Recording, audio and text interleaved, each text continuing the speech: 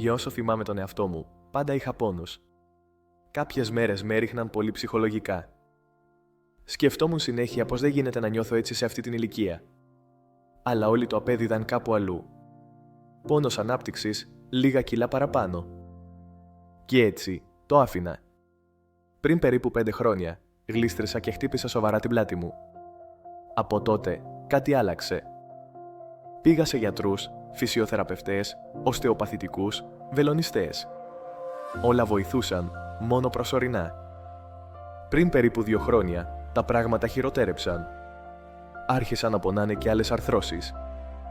Άρχισα να νιώθω σαν να τρελαίνομαι. Σαν να ήταν όλα στο μυαλό μου.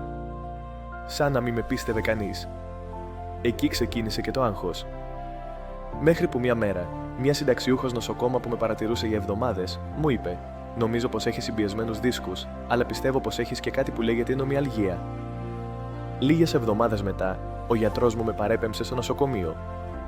Έκανα ακτινογραφίες και μαγνητική τομογραφία.